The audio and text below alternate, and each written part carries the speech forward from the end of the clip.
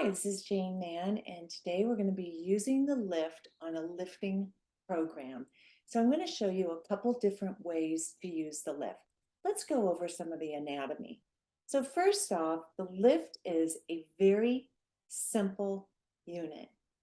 So I want you to take out all the complex thinking and think of it as two probes in one that you can use with one hand, or you can use simultaneously on a face. So you have two sides of a unit. When it's plugged in, you have a negative and a positive. Now, sometimes you may decide to use the unit with the ball bearings, and I just want to refresh your memory. If that's something that you're doing, the look would look like, setting up my ball bearings right now, sorry about that, would just simply be the attachment with the balls.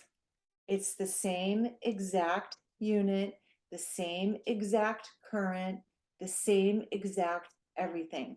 Just one is attached through balls, one is directly attached. There's no difference, okay? So while you're using the unit, you have an interplay between positive and negative. This is what makes microcurrent work. The positive and the negative are drawn together. You have a hydroxyl, which is a negative, and a hydrogen, which is a positive, and they're drawn together very, very similar to like the magnetic pull that you have on the attachment. So think of, see how this like connects? That's exactly what the positive and negative are doing.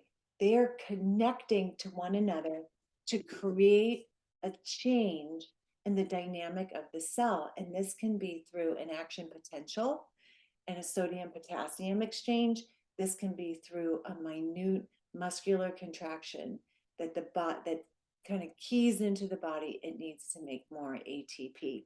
So when you're using the unit on a lift program, I really like to hold.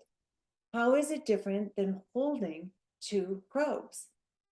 It's not. It's just that now you have the two probes in one hand. So you can start out kind of coming up slow. I like to crosshatch. So I would go 1, 2, 3, 4, 5, 6, 7, 8, and hold. 2, 3, 4, 5, 6, 7, 8. So it's kind of like, think of a metronome. 1, 2, 3, 4. It's kind of a whole note, right? So I love to hold in different areas, and then I love to crosshatch. So I kind of can grip that sternocleidomastoid and the scalenes. Then I can kind of move it over. And each time I'm kind of targeting everything. And even as I move up, do you see how these two sets can play in? So you've got a negative and a positive, a negative and a positive. So in these, right now, there's a negative and a positive. So we're holding it like this, or we're holding it like this. And there's nothing different than if you had two probes on the side of the face holding it along the jawline. But this unit is so easy to maneuver. I call these the thumbs, and I always love having the thumbs in because I'll hold and then I angle. And why do I do that? Because the way that we set this up is these are electrodes, but it's not one long electrode that amortizes the current. Here we have very specific notches where the current is the strongest, and it's kind of parlayed out between these 10 electrodes. But when we just focus on one, more power comes to just the one set. So as many times I'll just have the 4, and then I angle to the 2, and then I'll angle to the 4, and then I'll angle to the 2. And I love to drag across.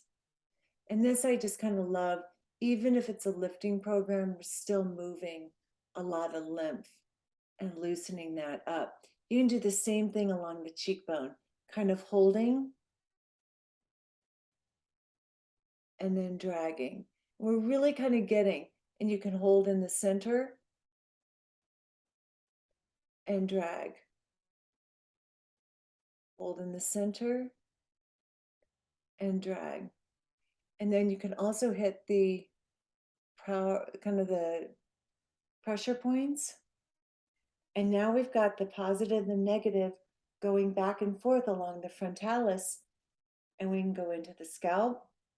We can even, just in this thing, look how we're like right at the hairline. And then I can angle down, pulling up, going down in the scalp, and then all the way. This is one of the most versatile tools that you can work with. There's no right or wrong, regardless of what program you're using. So when you're using a lift program, use it very similar how you would use your probes or your gloves lifting the face. I hope this helped. Check out my YouTube channel for more lift tips and tricks using the lift.